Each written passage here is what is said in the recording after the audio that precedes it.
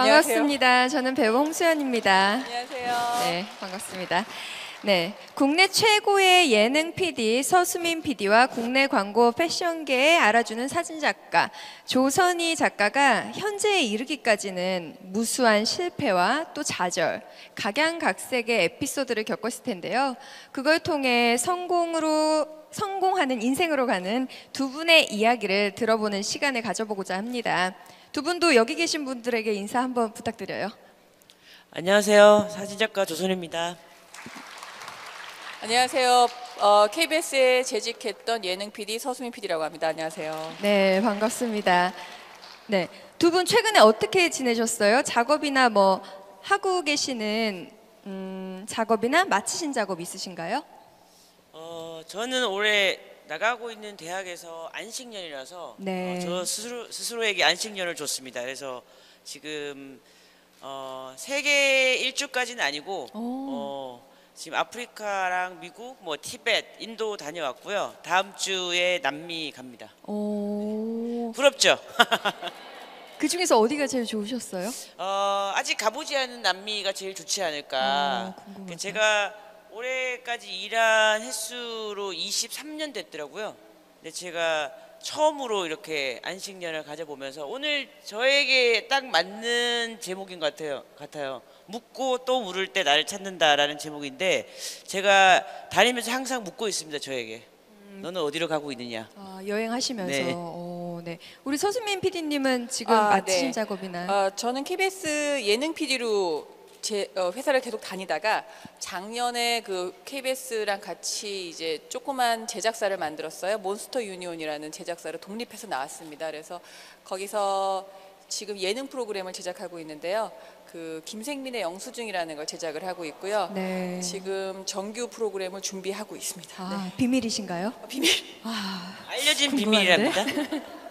네, 두 분이 연세대학교의 의생학과 동기동창으로 만나서 지금 베프가 되셨다고 하는데 어떻게 처음 친해졌고 또 서로의 학창 시절에 대해서 기억나는 거 말씀해 주시면. 연세대학교 90학번입니다. 90학번. 의생활학과 90학번에 저희가 정원이 40명이었는데 1학년 그 신입생 모집 때 그 오리엔테이션인가요? 그때 봤을 때 굉장히 강렬하게 서로를 인상을 깊이 각인하고 있는 사람이고요.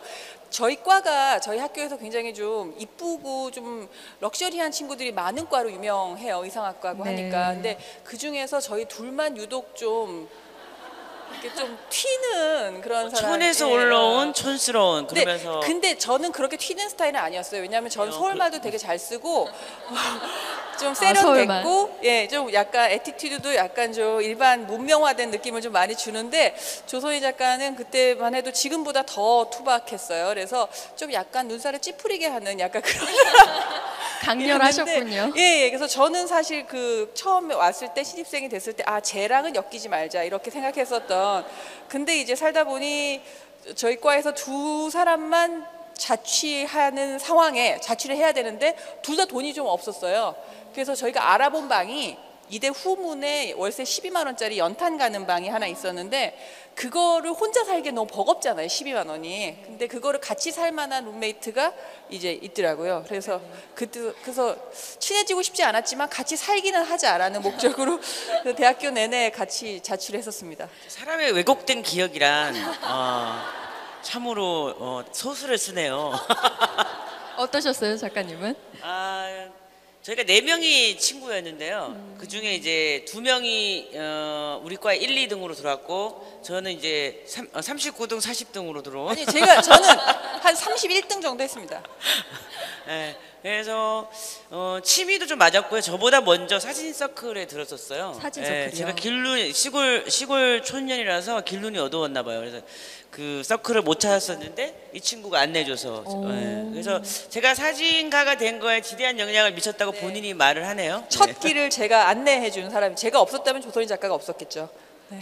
그러면은 사진 작가로서 서수민 PD님께서 인도해 주셨고, 그럼 서수민 PD님은 전공과 무관하잖아요. 어떻게 또 프로듀서가 되셨어요? 아, 저는 포항에서 자랐습니다. 쭉. 그래서 포항에서 자랐을 때 이과였어요. 저희 아버지가 너는 이과를 가서 수학을 잘하니까 이과를 가서 치대를 가서 집안의 일을 책임을 져라라는 어떤 빅플랜을 가지고 계셨어요. 저희 아버지 가족이 구형제였거든요. 그러니까 이제 다 너를 이용해야 된다 이런 생각으로 하셨는데, 그때는 따르다가 고3 때 갑자기 저는 문과적인 성향을 지닌다는 걸 그때 느꼈는데, 과를 바꾸려고 하니 공대나 의대나 이런 거 말고는 이과에서 적절한 과를 저한테 찾을 수가 없었는데 연대의상학과가 있더라고요. 거기에 이제 아이템풀, 옛날에 아이템풀에 보면은 직업란이 있거든요. 거기에 의상학과 미래 직업에 패션 쇼 PD가 있는 거예요. 네. 그때 처음으로 두근거렸습니다. 그래서 의상학과를, 그때는 이제 지원하고 시험 치는 제도였거든요. 그래서 의상학과를 지원해서 시험을 쳤는데 그 과를 와보고 느꼈어요.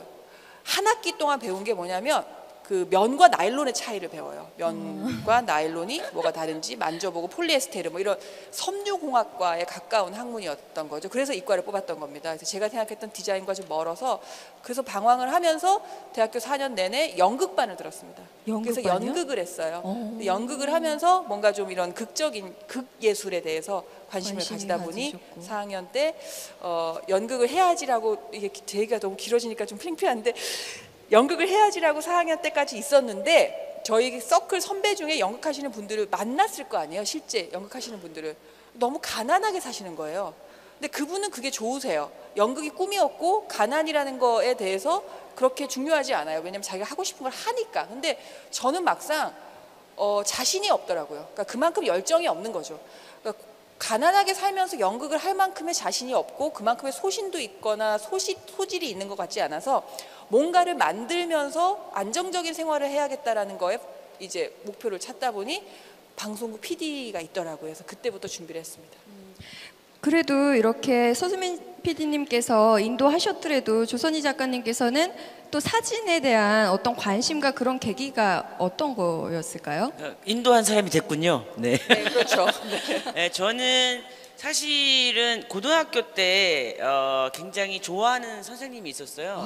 그분이 사진서클 선생님이어서 굉장히 여고생다운 평범한 그런 마음으로 사진서클에 들고 싶었는데, 그 서클에 들기엔 제가 그 당시에는 공부를 너무 잘해서 그래서 그 담임선생님 어머니께서 대학 들어가면 사진을 해라, 사진 서클을 들어라.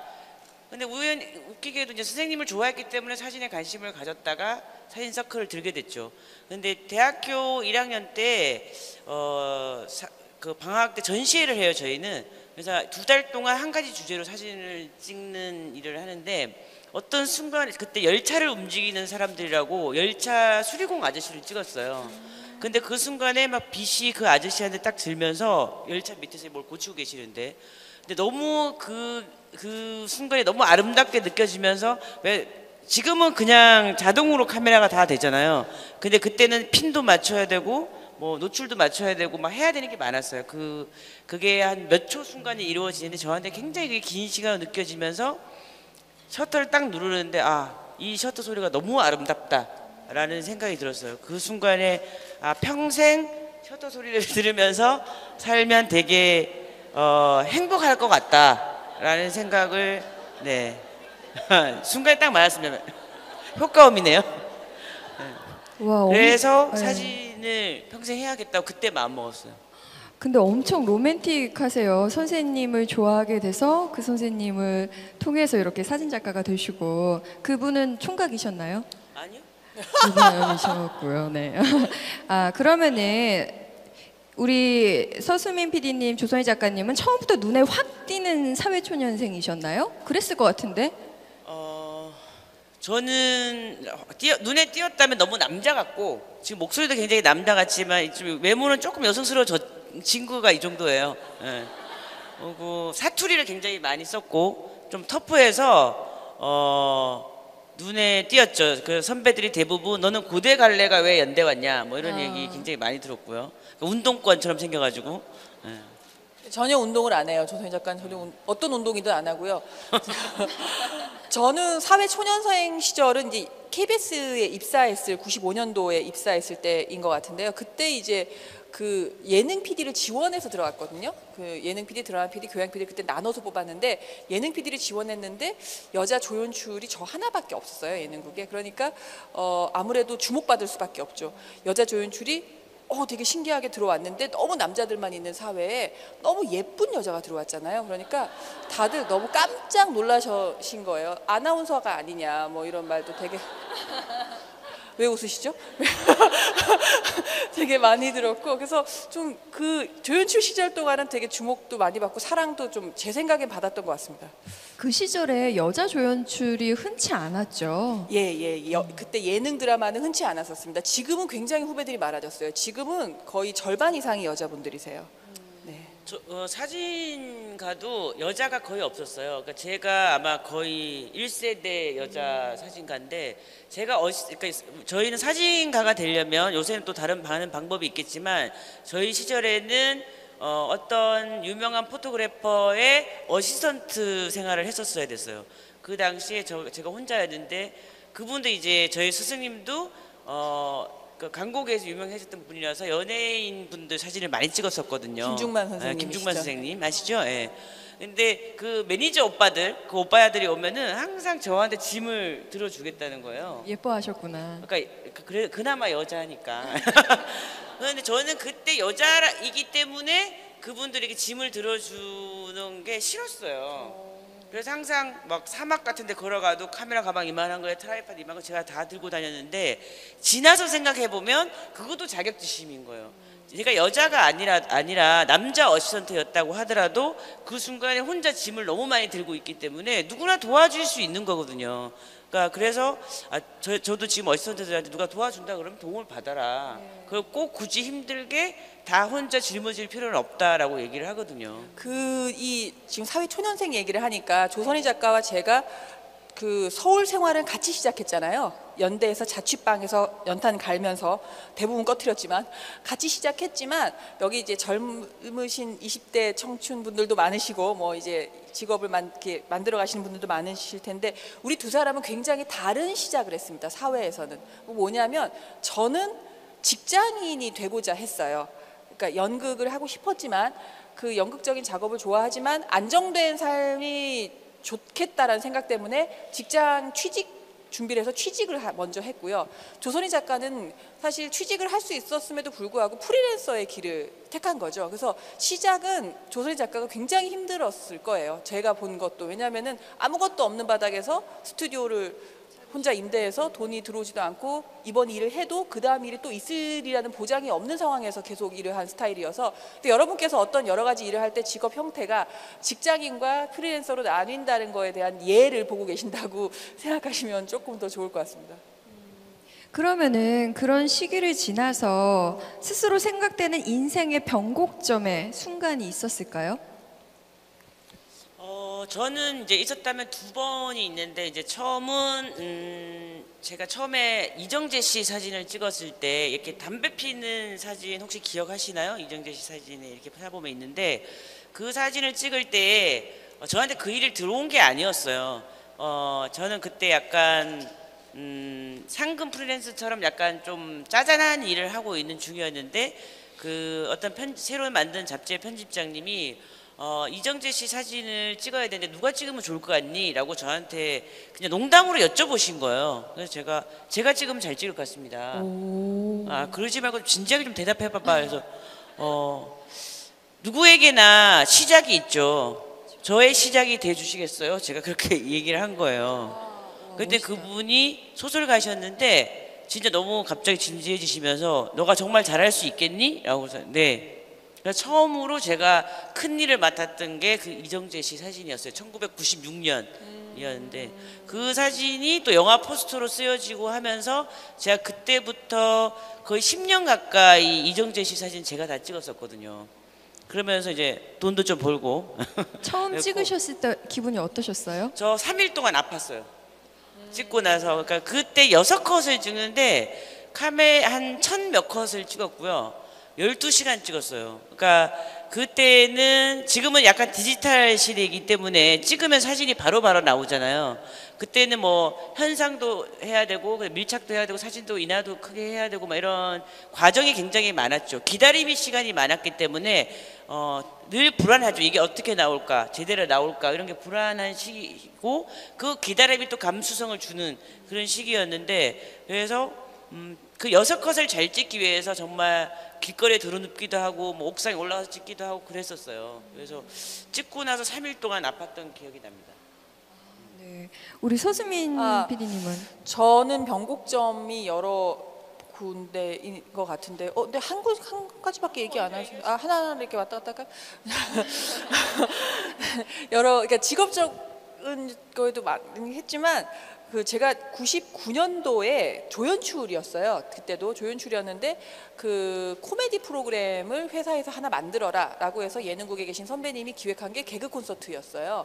근데 그때만 해도 코미디에 대한 어떤 신뢰도나 뭐 지원이 좋지 않았고 PD도 저 코미디 하고 싶어요라고 하는 사람은 없어요. 대부분 조금 약간 좀 티미하거나 좀 그런 사람이 밀리어서 가는 데가 코미디였거든요. 그러니까 코미디 파일럿 프로그램, 그러니까 한번 해보는 프로그램이죠. 한번 해보고 정규가 될지 말지 간보는 프로그램을 처음 맡게 된 거예요. 근데 저한테는 되게 큰 의미였던 게 KBS에 입사하고 나서 그렇게 주목받지 못하는 여자 PD였어요. 왜냐하면 외모는 주목을 받았지만 일로는 이제 막 너무 많은 남자 선배들이 이뻐하고 너 뭐 약간 우리 애프터 있을 때 와라, 쫑파티 있을 때 와라 이러지만 실제 이제 본인들이 일하실 때 제가 그 프로그램 중요 프로그램을 어플라이를 하면 같이 선택받지 못했었어요. 나중에 물어보면 일하기가 굉장히 불편하대요. 여자랑은 그런 경우가 없으니까. 그래서 전 늘 차선 후선 이렇게 밀리다가 처음으로 저한테 떨어진 일이잖아요. 조연출이지만 새로운 프로그램에 조연출인 거는 저한테 굉장히 도전이어갖고 되게 열심히 했는데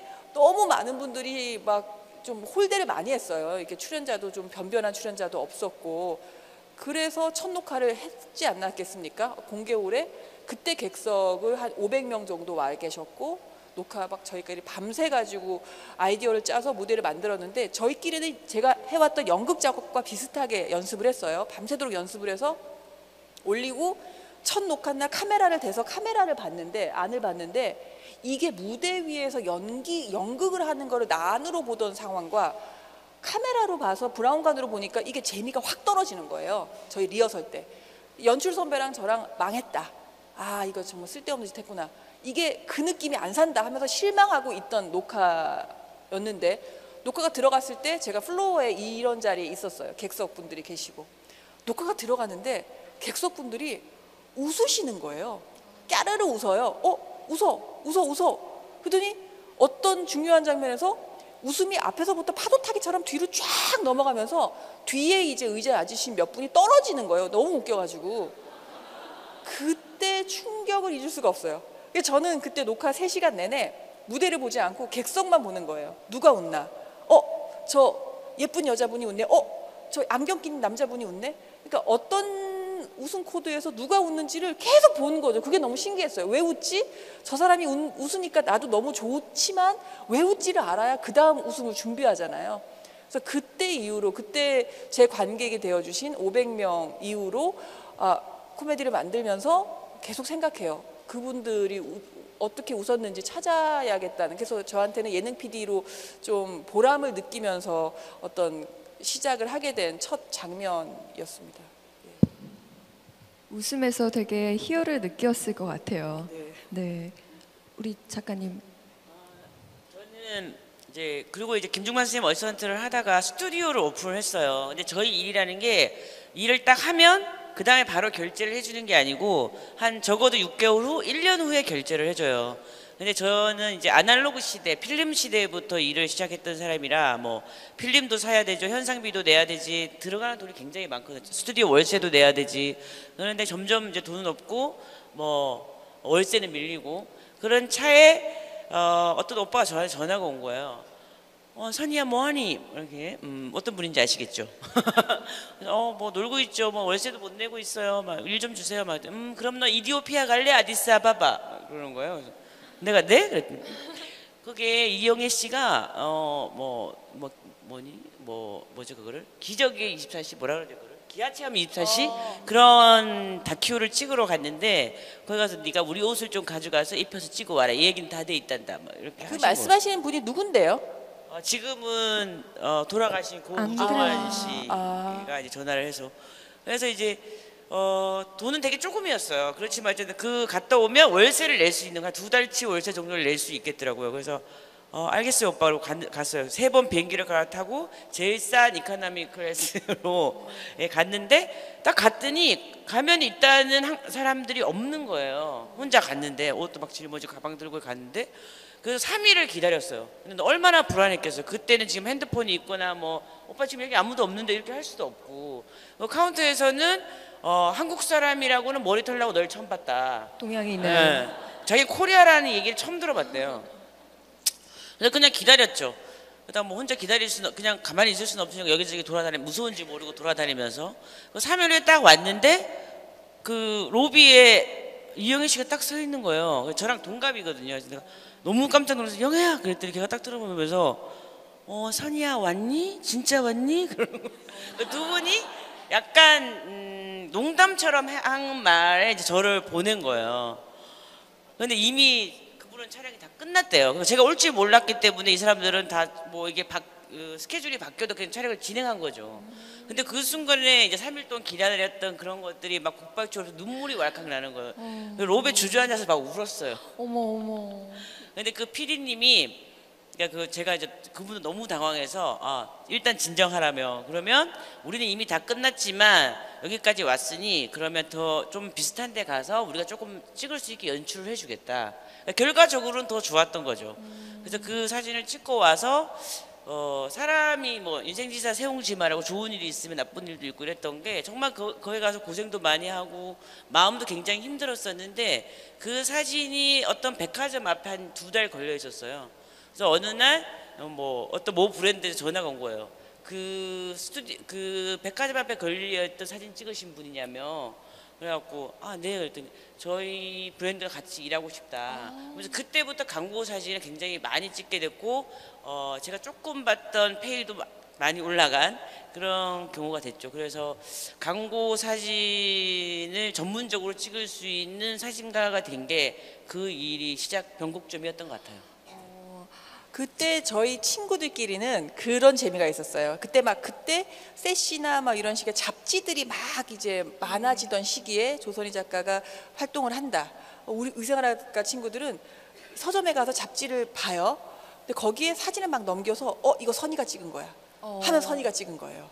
그만큼 독특했어요. 주는 느낌이. 있었고, 네네네. 네. 그래서 딱 선희가 찍은 사진은 저희끼리 알아보는 게 우리끼리 재미였었어요. 작가님이 그냥 이렇게 편하게 연예인 사진 찍어서 그게 아니고 또 그 먼 곳에서 3시간이 아닌 3일 동안 고생하시고 그러면서 이렇게 변곡점이 있었네요. 참 저도 이렇게 배우로서 여러분들 앞에서 나서지만 TV 안 나올 때나 또 일 안 할 때가 있잖아요. 우리 PD님과 작가님은 돈과 관련이 아니더라도 여기가 이런 바닥이구나 하던 순간이 있었나요?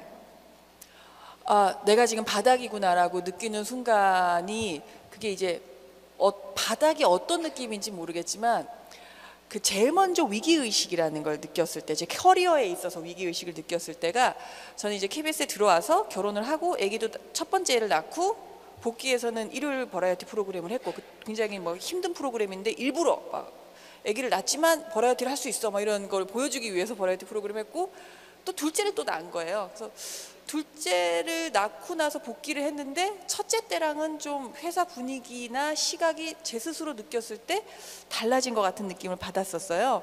그게 저 혼자 느낀 걸 수도 있겠죠. 근데 어쨌거나 첫 케이스죠. 애를 둘을 낳고 아줌마로서 예능 PD로 살고 있는 사람은 제가 처음이다 보니 사람들이 조금 이제 다른 부서로 가도 되지 않을까 이런 시각도 있었고 그런 상담도 하시고 갈래 뭐 이런 말도 들은 상태에서 저 예능 PD 하고 싶습니다 이러지만 또 집에 가면 보채는 애가 있고 그런 상태에서 저희는 이제 직장인이다 보니까 조선희 작가는 자기 일을 자꾸 메이크업 하는 어떤 프리랜서라면 저희는 주는 일을 해야 되잖아요. 그러니까 예능국도 부서가 있어요. 뭐 예를 들어 뮤직뱅크 뭐 해피 선데이 1박 2일 슈퍼맨이 돌아왔다 이게 하나의 프로그램의 하나의 부서라고 보시면 돼요. 그럼 저희가 희망원을 써요. 다음 개편 때는 뭐 해피 선데이 하고 싶어요. 그러면 국장님이 보고 점지를 해준다는 거죠. 인사 발령을 내는 거죠. 근데 한 번도 제가 원하는 프로그램에 안 되는 거예요.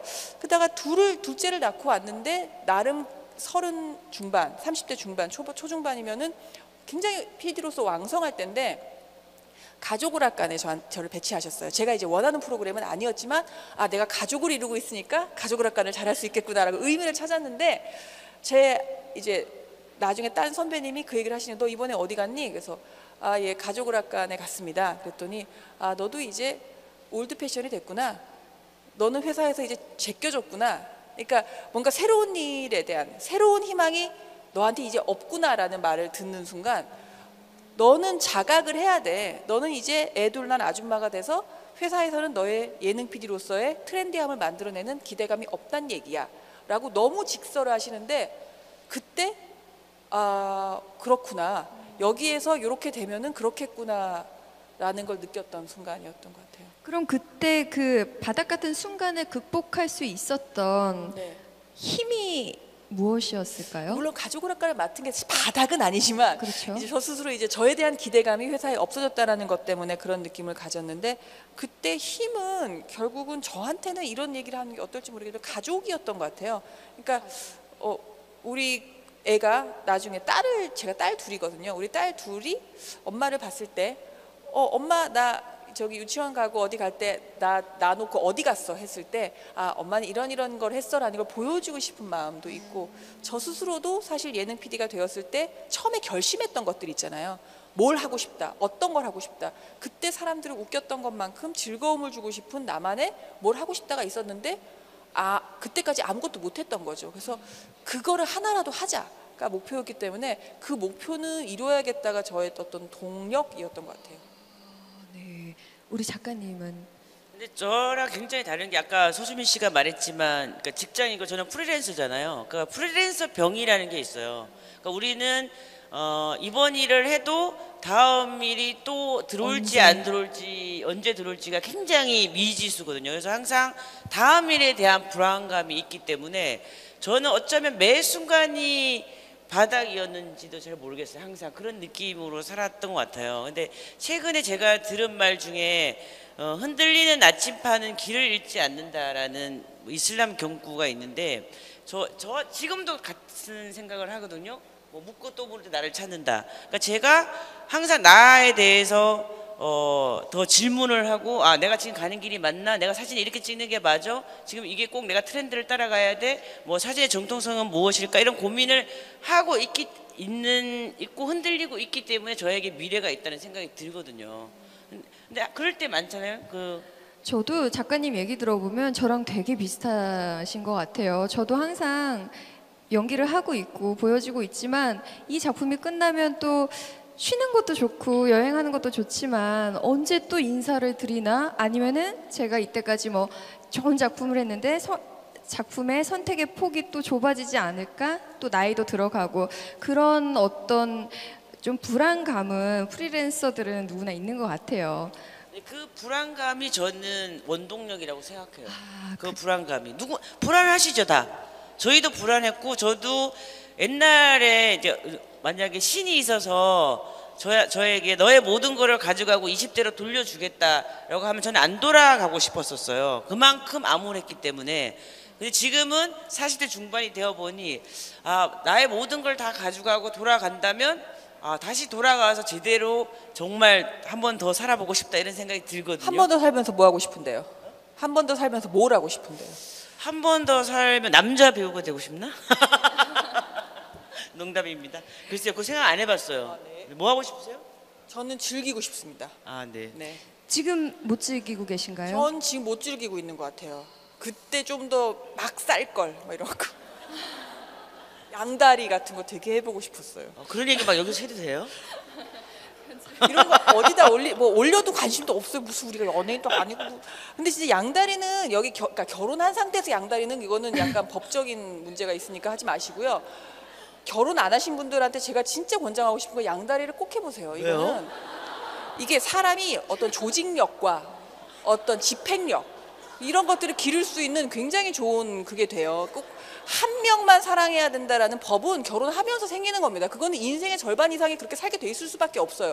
후회하지 않으려면 다양한 초이스 안에서 내가 어떤 사람과 어떤 경우에서 어떻게 살 것인가를 접해봐야 되는데 이 한 명 사귀어보고 끝나고 이건 너무 여러 명을 동시에 사귀어봐야 네, 동의합니다.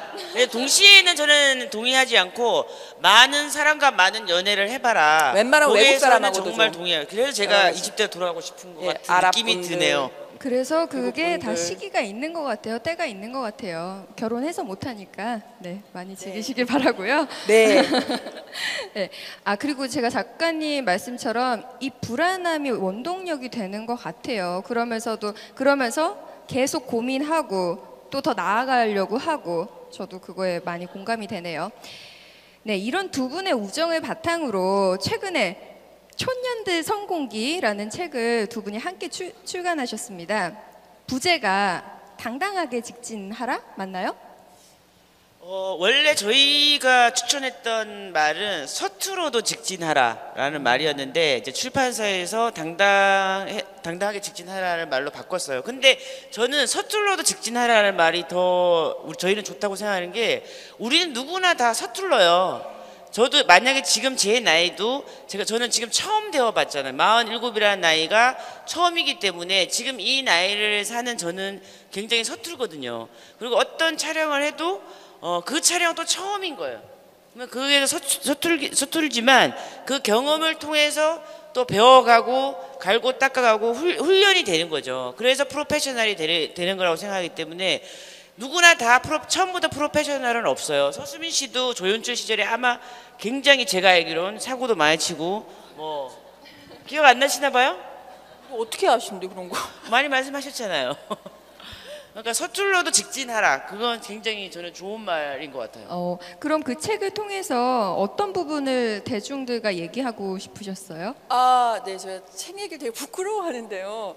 그 책을 통해서 얘기하고 싶었던 건 사실 같이 내자라고 제안을 한 것도 전데 제가 이제 뭐 잠깐 아까도 말씀드렸다시피 조금 시작하시는 그러니까 사회 경험이라는 걸 시작하시는 분들이 계시다면 처음 고민하게 되는 부분이 프리랜서냐 직장인이냐라는 라이프 스타일의 어떤 변화 그리고 어떤 초이스에 대한 고민을 하시게 될 것이고 그거 초이스를 하더라도 매 순간 선택해야 되는 부분들이 생길 거예요. 근데 저희와 여기 계신 분들의 차이는 저희는 그러니까 연세로 봤을 때 좀 젊으신 분들이 계시다면 저희는 그 시기를 좀 거쳐왔잖아요. 선택을 하면서 그 선택이 옳았건 뭐 틀렸건 그 선택을 해온 경험을 말씀을 드리고 싶었어요. 그래서 정리를 했을 때 이게 맞다, 이게 교훈이야, 우리 성공했잖아, 부럽지 이게 아니라 어떤 선택을 이렇게 했더니 이런 애로가 있었지만 그럼에도 불구하고 뭐 후회도 하고 좋았다라는 얘기를 비교해서 보실 수 있는 포인트였으면 좋겠다는 생각을 했어요. 다르기 때문에. 그래서 좀 성공이라는 말이 저희는 싫었고 우리는 성장기라고 생각을 했어요. 아직도 성장을 저희는 하고 있다고 생각을 하고 같이 자취방에서 시작했던 촌년 둘이서 정말 막막했거든요. 그때는 뭐 정말 이 연세대학교 바닥에 저희는 마이너 중에 마이너였다는 생각을 했는데 거기서 계속 어떻게 하면은 우리가 하고 싶은 걸 할까 먼 미래를 본다기보다는 당장 눈앞에 있는 것들을 한 계단 한 계단 앞에 가기 위한 노력들을 하다 보니 이렇게 온 거죠. 그래서 그런 포인트에 대해서 고민하고 계시고 그거가 닥치실 분들한테 조금이라도 좀 미리 읽어보는 도움이 됐으면 좋겠다 이런 생각으로 하게 된 거죠. 지금 서수민 씨가 굉장히 좋은 이야기 하셨는데 저도 잊고 있었어요. 그러니까 예를 들면 제가 뭐 훌륭한 포토그래퍼가 되겠다 아니면 뭐 유명한 포토그래퍼가 되겠다 돈을 많이 버는 사진가가 되겠다 그런 생각을 한 적이 한 번도 없거든요. 왜냐하면 지금 당장 나에게 어떤 일이 주어지고 일을 하고 그 일을 잘하고 싶고 그리고 그 다음 일도 또 하고 싶고 그런 하나를 헤쳐나가다 보니 지금이 된 거지 아마 유명한 예능 PD가 되고 싶다 그런 생각 한 적 없을 거예요. 꿈은 너무 크게 그러니까 저는 왜 꿈을 크게 가져라 뭐 청년들이요 이런 말이 있잖아요. 저는 그 말에 반대하는 사람이에요. 꿈이 너무 크면 지쳐요. 왜? 너무 멀리 있거든. 지금 내 앞에 주어진 내가 좋아하는 나를 행복하게 만들 수 있는 그 일을 즐기고 그 일을 더 사랑하다 보면은 그런 건 다 쫓아오게 돼 있거든요. 그런 저희 어떤 경험들이 녹아 있는 뭐 그런 책이죠. 그러면 꿈을 난 조선희 작가님처럼 될 거야 이런 꿈은요? 저는 그런 친구를 안 뽑아요. 어시스턴트로. 조선이 같은 사람이 되면 2등이 되겠다는 뜻이기도 하고 약간 뭐랄까 따라하는 느낌이 있잖아요. 그것보다 근데 사진을 얼마나 하고 싶은지 얼마나 사랑하는지에 대한 문제, 그리고 뭐 어떤 방송을 만들고 싶은지에 대한 문제인 거지 누구처럼 되고 싶다는 된 그 결과만을 바라는 거잖아요. 그 과정은 다 뛰어넘고 그런 친구들은 오래 못 견뎌요. 어떤 어시스턴트라는 게 어시스턴트 되는 게 정말 배워야 될 것도 많고 실수도 많이 하기 때문에 욕도 많이 먹어요. 설거지도 해야 되지, 청소도 해야 되지, 욕도 많이 먹어야 되지 뭐. 그런데 그게까지가 길이 얼마나 멀고 길어요. 그러면 이 과정은 다 없이 결과만 보는 친구들은 저는 안 뽑습니다. 그건 비현실적이기 때문에. 그런 것도 있는 것 같아요. 그러니까 조선희 작가랑 저랑 또 말씀드리고 싶었던 것 중에 하나가, 저희는 전공으로 간 사람들이 아니잖아요. 물론 이제 패션계의 사진을 찍으시지만, 그러니까 선택이라는 게 옳지 않은 경우도 되게 많아요. 그러니까 처음 가장 중요한 대학이라는 전공 선택이 저희하고는 어떻게 보면 안 맞았다고 할 수 있겠지만, 거기서 또 다른 선택을 또 하고 또 자기 길을 찾아가잖아요. 그러니까 여기 계신 분들이 먼 미래로 내가 어디 가고 싶어하는 지향점이 있으신 가운데 작은 선택들을 해나가실 텐데, 그 선택들이 결코 10개의 선택 중에 10개가 다 맞을 경우는 절대 없어요. 선택의 결과는 내가 만드는 거기 때문에. 그래서 그런 거에 대해서 조금 이렇게 타협해서 간 사람도 있고, 정말 그냥 다 버리고 바닥에서 시작해서 올라온 사람도 있구나, 뭐 이렇게 생각을 해주시면 좋겠다, 뭐 이런. 네. 근데 그 선택이라는 게 아까 말씀하신 것처럼 실패할 수 있잖아요. 근데 실패해도 괜찮아요. 그 실패한 내가 또 좀 더 단계를 뛰어넘은 조선이가 또 되는 거기 때문에, 실패를 안 한 사람보다 실패를 한 사람이 더 많이 깊이와 넓이가 있거든요. 단단해지고요. 네. 실패를 하는 걸 두려워하면 안 된다고 생각해요. 그때 제가 이제 다른 데서 조선희 작가랑 얘기할 때 했던 장면이 하나 있는데요. 그러니까 조선희 작가가 제 기억이 맞는지 모르겠어요. 저는 대학교 4학년 때 연세의생활학과를 나와서 그제서야 연극이 아닌 PD를 해야겠다는 생각에 복수 전공을 해야겠다고 신방과를 지원을 했어요. 그러니까 2년 더 다니는 걸 지원할 수 있죠. 과를 바꿔서 복수 전공을 해야겠다고 연대 신방과를 갔는데, 저희 지도교수님 되실 분이 너 가정대 출신이 신분 세탁하러 왔구나, 알았어, 등록금이나 꼬박꼬박 내, 이런 말을 듣고 이제 어플라이를 합격을 받고 있는데, 너무 슬픈 거예요. 그런 상태에서 조선희 작가는 사진을 찍는 사람이 돼야겠다는 생각에, 그때 웨딩 사진을 알기로는 제가 찍었는데, 첫 웨딩 사진을 돈을 받고 찍었는데 그게 까였어요, 거기서. 왜냐하면은 조선희 작가 사진은 좀 약간 좀 파격적인 부분이 없지 않아 있어요. 일반적인 사진들 이렇게 사진을 던졌대요, 첫 그 돈을 받고. 왜냐하면은 사진이라는 게 이렇게 바라보고 뭐 이게 있는데, 그런 게 없는 그 기본적인 룰을 무시한 사진을 찍은 거죠. 그래서 그거를 들고 저한테 나 술 먹자고 저한테 찾아온 적이 있었어요. 그래갖고 저는 술을 안 먹지만 그래도 저도 슬프고 하니까 둘이 막막하잖아요. 이게 맞는 선택인가, 이런 멸시를 당하면서 이 짓을 해야 되나. 둘이 기억할지 모르겠지만 빵이라는 어떤 이대 후문에 카페가 있어요. 거기 저희 선배 가는 데라 갔는데 문이 아직 안 열린 거예요. 갔더니 저희보다 먼저 아이가 와 있어요. 거기 죽돌인데, 그분은 연대 사회학과인가 정외과인가 나와 다니시는데 영화 감독을 하겠다고 하시는 분인데, 그분은 시나리오 다 까요. 영화 아카데미, 그때 말에 영화 아카데미를 계속 까이고, 그날 또 충무로에서 까이고 오셔가지고 거기서 주무시고 계세요. 거의 불황자에 가까운 분이죠. 근데 그분이 우리가 오니까 같이 밥을 먹재요. 문 열 때까지, 6시 반 빵 문 열 때까지 셋이서 밥을 먹었던 기억이 떠올랐어요, 어느 순간. 왜냐하면 그때 그 남자분이 처음 봤을 거 아니에요. 뭐 하는 분이에요? 사진작가 지망생입니다. 까인 거 갖고 와봐요. 좀 찍으시는데? 그랬더니 영상 볼 줄 아는데, 뭐 서로 사진작가 되겠어, 뭐 영화배우 되겠어, 그랬더니 이런 자리를 말하는 선생님 PD 되겠어, 막 셋이 그러고 논 거예요. 나중에 제가 KBS PD가 돼서, 그 사람이 김태용 감독. 그걸 먼저 얘기하면 어떻게 내가 그걸 내요. 그 얘기를 하려고. 그랬구나.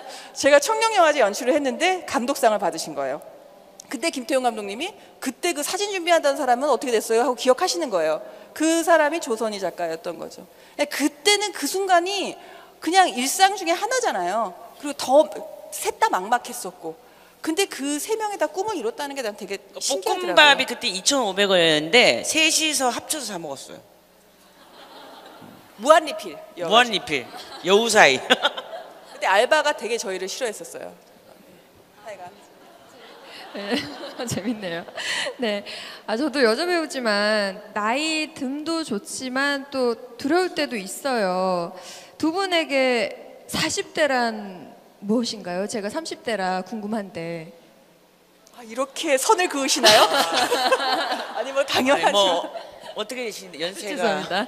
예, 40대란 30대들에게 아니면 20대들에게 해주고 싶은 말씀. 저는 항상 그 20대의 마음으로 살고 있어요. 그 마음, 그러니까 몸이 늙듯이 마음도 늙으면 좋은데 마음은 잘 늙지 않더라고요. 네. 근데 40 중반을 지나면서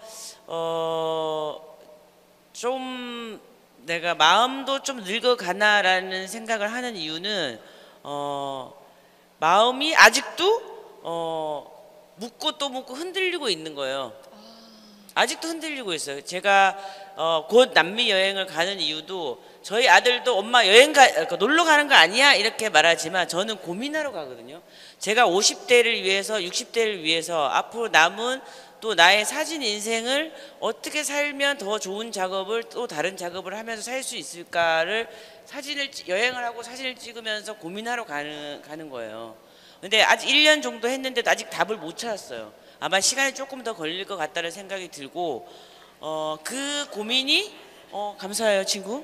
그 고민이 저에게 정말 필요한 시간이라는 생각이 들어요. 여러분들도 지금 20대도 있고 30대도 있고 뭐 더 40대도 있으시겠지만 저는 정말 그 흔들리는 나침반은 길을 잃지 않는다는 그거가 저한테 꼭 맞는 말이라고 생각해서 항상 아침마다 마음에 새기는 그런 40대를 고민하는 40대를 보내고 있습니다. 저는. 아 저는 그 얼마 전에 저희가 작은 제작사를 독립해서 나왔잖아요. KBS에서. 그러다 보니까 이제 여러 가지 고민이 있는 상황인데 이제 저도 이제 프리랜서 라이크한 삶을 살고 있기 때문에 그 40대에 가장 해야 될 거는 투자라는 말씀을 들었어요. 그러니까 무슨 말이냐면 부동산 투자 뭐 이런 주식 투자가 아니라 30대가 있었기에 40대가 있듯이 40대에 가장 하면 안 되는 것이 돈 벌려고 애쓰는 걸 하지 말라고 하더라고요. 그러니까 돈을 쫓아서 일을 하다 보면 50대에 외롭다는 말씀을 많이 들으면서 40대에 많은 새로운 새로운 사람 그런 거를 많이 만들어놔야 50대부터 이제 그 사람과 같이 갈 수 있는 나의 잡이 생긴다라는. 옛날에는 50대 초반이 정년이었잖아요. 근데 지금은 그렇지 않고 또 다른 시작이거든요. 그러면은 40대가 그걸 완성하고 정리하는 시간이 되어버리고 걷어버리는 시간이 되면 50대 이후는 막막할 거라는 말을 많이 들었어요. 그래서 지금 제가 30대에 많은 후배들과 함께 프로그램을 해서 그 후배들과 다시 이제 회사를 차려서 하듯이 저는 이제 저의 일보다는 이 후배들의 일에 조금 더 집중해서 도와서 같이 조금 잘 나갈 수 있는 그런 투자의 개념으로 그러네요. 근데 지금 서수민 씨가 한 이야기는 저는 40대에만 맞는 얘기라고 생각하지 않아요. 그러니까 아까 말씀드린 것처럼 난 유명한 누군가가 되겠다, 유명한 뭐 성공한 사진가가 되겠다 이렇게 돈을 쫓아가거나 명예를 쫓아가면 그건 절대 얻을 수 없어요. 내가 즐기는 일, 내가 좋아하는 일을 쫓아야지. 그것에 투자를 해야지 그 다음 게 생기는 거거든요. 그거는 20대든 30대든 40대든 다 누구에게나 필요한 말이라는 생각이 돼요. 돈을 쫓지 말라. 네, 그러면 두 분은 꿈을 이루었다고 생각하시나요? 제가 얘기를 들어보면은 아직도 꿈을 향해 달려가고 계시는 것 같거든요. 미래에 나는 이런 사람으로 기억되고 싶다, 뭐 이런 것이 있을까요? 이거 어려운 거 나시죠? 저 먼저 할게요. 지금 꿈을 향해 달려가고 계신 거 맞죠? 저는 아직 죽을 때까지 아마 꿈을 향해서 달려간다는 생각이 들어요. 꿈이라는 건 하나가 아니잖아요. 제가 30대 때 꾸었던 꿈이 있고 40대에 꾸는 꿈이 있고 그 꿈은 항상 조금씩 진화 중인 거죠. 그러니까 저는 지금의 저의 꿈은 제가 파인아트 그러니까 제가 하고 싶은 작업을 하고 싶은데 그거를 정말 내가 하고 싶은 내 속의 것을 잘 찾아서 정말 잘 표현한 내 것을 잘 말하는 사진으로 잘 말하는 그런 사진가가 되고 싶은 게 지금의 저의 꿈이에요. 저는 새로운 걸 계속 더 하고 싶어요. 그러니까 뭐 방송 프로그램이 여러분들 보시기엔 그냥 다 똑같고 너무 그만하죠. 근데 저희 나름대로 이제 새로운 시도를 많이 하려고 노력을 하고 있다 보니 그러니까 남들이 하지 않았지만 내가 했을 때 빛날 수 있는 것들은 틀림없이 있거든요. 이건 저에만 국한되는 것이 아니라 여러분이 계신 환경 속에서도 내가 하기 때문에, 내가 했기 때문에 특별할 수 있는 것들은 얼마든지 있습니다. 그래서 저 역시도 제가 가지고 있는 커리어, 제가 가지고 있는 시각으로 특별할 수 있는 새로운 작업들을 많이 해서 아, 저 사람이 하면 뭐가 신선해, 뭔가 달라, 이런 말을 듣는 게 꿈이죠. 네. 그게 성공했다고 아니면 40대라고가 아니고 계속 고민하고 또 지금 서수민 PD님 말씀처럼 이런 거를 새로운 거를 해보고 싶다 이런 마음이 되게 젊은 생각 계속 고민되는 거잖아요. 예. 잘 들었습니다. 오늘 본 행사 주제가 여성들이여 최고의 장면을 연출하라입니다. 두 분의 최고의 순간이 참 궁금한데요. 최고의 순간 서수민. 저는 최고의 순간이 너무 많았다고 생각합니다. 왜냐하면 그 저는 좀 중에서도? 과분하게 많았다고 생각하는 게 2011년 개콘을 처음 맡게 됐고 2012년 연출을 이어지면서 그 개콘 멤버들과 함께 너무 국민적인 사랑을 저희 딴에는 국민적인 사랑을 생각합니다. 너무 많은 사랑을 그때 많이 받았어요. 저희가 목표치로 이뤘던 것보다 더 많이 막 개그맨들이 막 CF라는 걸 찍기 시작하고 막 제가 상이라는 걸 받기 시작하고 그때 최고의 순간이었다고 생각을 하거든요. 근데 그때 이제 저희는 그 연예대상이라는 프로그램이 있어요. KBS에서 주는 연말에 주는 연예대상의 최고의 프로그램에서 상을 받는 게 꿈이었는데 그거는 시청자가 ARS로 뽑아주시는 거예요. 그렇기 때문에 방송사가 기여도가 있다고 줄 수는 없는데 개콘은 안 돼요. 왜냐하면 개그맨 프로그램을 사람들이 뽑진 않는다라고 알고 있었거든요. 그래서 에이 설마 했는데 저희가 1등이 된 순간이 저는 되게, 그래서 그때 저희가 약속했어요. 보통 프로그램 상을 받으면 PD 혼자 올라가서 상을 받는데 우리는 100명 다 올라가자, 그렇게 얘기했어요. 개그맨 애들이 설마요 막 이러는 거예요. 근데 상을 부르는 순간 그래도 저는 이렇게 얘기를 했지만 개그맨 분들이 아닙니다. 이 프로그램의 연출은 PD님이시고 PD님이 혼자 올라가셔서 저희를 호명하실 때 저희는 앞에서 밑에서 박수 이렇게 할 줄 알았어요. 근데 진짜 개그 콘서트 하는 순간 뒤에서 저를 막 밀치고 막 치고 막 100명이 다 올라갔는데 그때 그 100명과 함께 서서 상 받던 순간이 되게 좋았습니다. 우리 작가님은? 좀 이게 식상한 말일지 모르겠는데 정말 진심이에요. 저는 촬영하는 매 순간이 가장 찬란하고 극적인 순간이에요. 정말이에요. 정말 진심으로. 왜냐하면 제가 그 촬영 때마다 늘 어떻게 좀 더 잘 찍을까, 어떻게 찍으면 이 사람의 표정을 더 잘 담을까, 그걸 늘 고민하잖아요. 그리고 그 고민이 어떤 결과물로 딱 나왔을 때 오늘 하나 이거 건졌어, 이런 느낌이 들 때 저한테 가장 정말 찬란한 순간이고. 훨씬 더 멋있어 보이게 얘기하네요. 그런가요? 네. 고맙습니다. 둘 다 네. 멋있으세요. 예. 그래서 그 느낌을 항상 느끼면서 살고 싶어요. 저도요, 연기를 하는 순간이 제 최고의 순간인 것 같아요. 네. 굳이 상을 안 받더라도 그 노력하는 그 시간이 정말 최고의 두 순간인 사람이 것 저를 같습니다. 매기시는군요.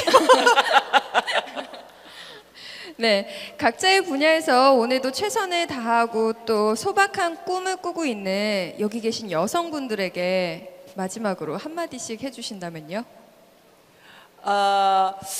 말을 하고 싶은 말이 있는데 결말을 못 지은 말이 있어요. 그래서 어떻게 들으실지 모르겠습니다. 직장 생활을 오래 하면서 이제 여러 가지 사람과의 관계에 의해서 직장 생활은 이루어진다고 해도 과언이 아니잖아요. 직장 생활하고 계신 분들이 많을 거라고 생각을 하는데 그 관계에서 이제 여자라는 관계가 또 다른 어떤 변수가 되는 경우를 많이 겪으실 거예요. 아직도 환경에 따라 다르겠지만.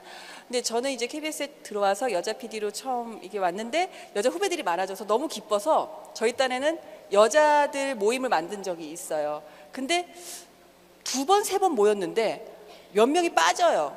그래서 왜 빠지니 그랬더니 다른 남자 선배들이 야 거기 가지 마, 너 서수민 하녀야? 이런 말을 많이 한대요. 그때 저는 약간 그러니까 농담처럼 한 말이었겠지만 사회생활하면서 저희 여자들끼리 가장 하는 말 중에 하면 안 되는 말이 저는 하녀라는 말이라고 생각합니다. 그러니까 상사이고 어떤 같이 일하는 동료이거나 이런 사람한테 같은 여자로서 잘해주면은 야 너 하녀냐라는 말을 되게 많이 비하하면서 해요. 그러니까 그런 말들을 스스로도 하고 있는 경우를 많이 봅니다. 그게 저희가 뭐라고 해야죠? 하지 말아야 할, 그리고 하면 안 되는 말이라고 생각해요. 그런 게 어딨어요. 서로 보좌하는 게 역할이고, 그렇다면 보좌의 역할이란 사회 속에서 존재한데, 해야 하는데, 여자라는 이유만으로 하녀라는 말을 함부로 하고 그거를 또 일반화시키는 그런 것들에 대해서 한 번씩도 좀 생각해보고 우리 스스로라도 그러지 않았으면 좋겠다라는 마음을 가졌으면 좋겠다. 예, 저는 앞으로 기꺼이 제 여자 선배나 여자 상사에게 하녀가 되고자 하는 마음으로 계속 일을 할 겁니다. 왜냐하면 그건 서포트의 개념이지 그런 하녀의 개념은 아니니까, 그런 마음하고 상관없이 직장 생활을 독립적으로 잘 말이 안 붙는 것 같지만 운영했으면 좋겠다는 생각이 듭니다. 네. 작가님은요? 질문이 뭐였죠? 너무 우리 이 생소한 제가 너무 주제에 길게 대해서 했나요? 죄송해요. 네. 한마디 하라는 거였어요. 아, 저는 뭐 다 말했는데요. 자기 자신의 세계는 자기 자신이 만든다는 말씀 드리고 싶네요. 제 세계는 제가 어떤 삶을 살고 싶고 어떤 꿈을 가지고 싶고 어떻게 살아나가는 자기가 본인이 만든다는 거죠. 그러니까 지금 이런 말들이든 뭐 자기가 대우를 받는 거든 내 꿈을 이뤄가는 거든 자기 스스로 만드는 거기 때문에 자기 자신을 엄청 사랑해야 된다고 생각합니다.